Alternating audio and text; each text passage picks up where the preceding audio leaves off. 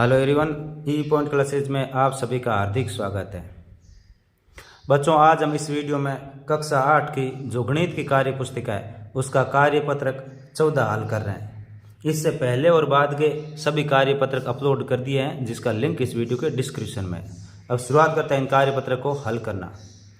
देखिए, question number 1, निम्नलिखित संख्याओं के 4 गुणज लिखिए। 4 गुणज लिखने हैं, यानी जैसे 2 का गुणज लिखना है तो 2 का 2 से गुणा करने पर 4 आएगा, फिर 2 को 3 से गुणा करने पर 6, इसी प्रकार 4 से गुणा करने पर 8 और 5 से गुणा करने पर 10 आएगा। तो ये 2 के गुणज है, यानी 2 की टेबल लिखनी है। जैसे 2 2 2 4 2 3 6 2 4 8 2 5 10, इस प्रकार से।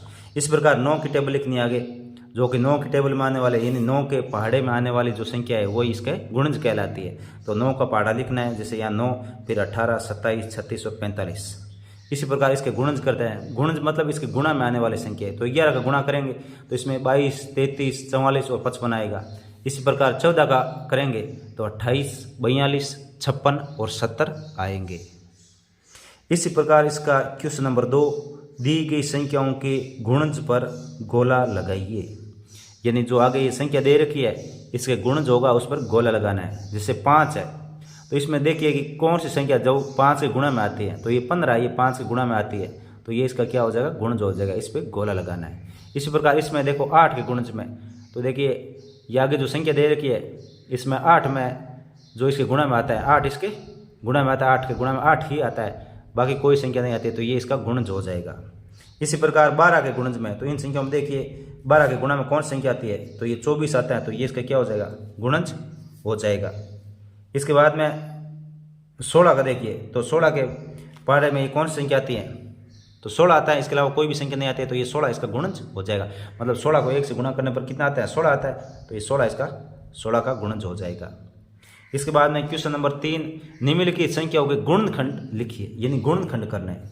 तो जैसे 3 है, 3 का गुणनखंड क्या हो जाएगा, 3 का गुणनखंड 1 और 3 हो जाएंगे, क्योंकि 3 में 1 का भी भाग जाता है और 3 का भी भाग जाता है। जिस संख्या इनमें भाग जाता है वो इसके गुणनखंड कहलाते हैं। तो 1 और 3 हो गए। इसी प्रकार 8 है, तो 8 में 1 का भी भाग जाता है, 2 का भी, 4 का भी और 8 का भी, तो ये इसके गुणनखंड हो जाएंगे। इसी प्रकार 12 है, 12 के गुणनखंड 1 2 3 4 6 और 12, यानी इन संख्याओं इसमें भाग जाता है, तो ये इसके गुणनखंड कहलाएंगे।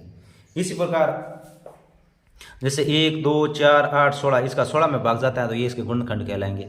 इसी प्रकार 18 के गुणनखंड 1 2 3 6 9 18 और 25 के गुणनखंड 1 5 और 25। 30 के गुणनखंड 1 2 3 5 6 10 15 और 30, यानी इनका इसमें भाग जाता है पूरा, तो ये क्या इसके गुणनखंड कहलाएंगे। फिर 35 के 1 5 7 और 35।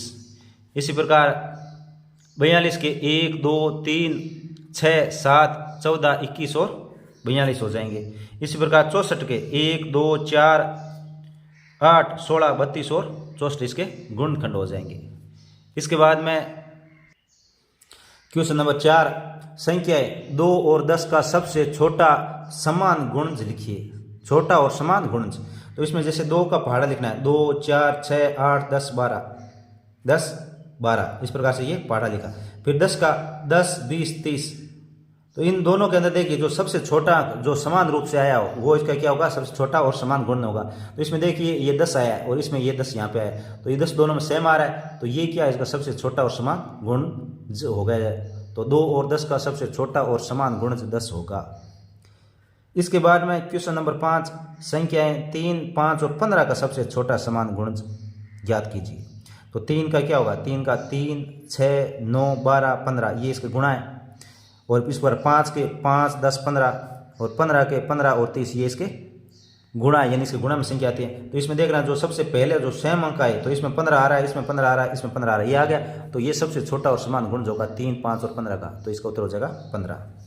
इसके बाद में क्वेश्चन नंबर 6, संख्या 20 40 60 का सबसे छोटा समान गुण लिखिए। तो 20 का पहाड़ा लिखेंगे हम, ये 120 तक, फिर 40 का पहाड़ा लिखेंगे तो ये 120 आ गया, और फिर 60 का पहाड़ा लिखेंगे तो ये कितना आ गया, 120। तीनों में 120, जो सबसे पहला जो सेम अंक है वही इसका क्या होता है, गुणज होता है। तो ये 120 120 120 आ रहा है, इससे पहले कोई भी सेम नहीं है, तो ये क्या हो जाएंगे, ये इनके सबसे छोटा और समान गुणज हो जाएगा। इसी के साथ ये कार्यपत्र 14 कंप्लीट हुआ। धन्यवाद आप सभी का।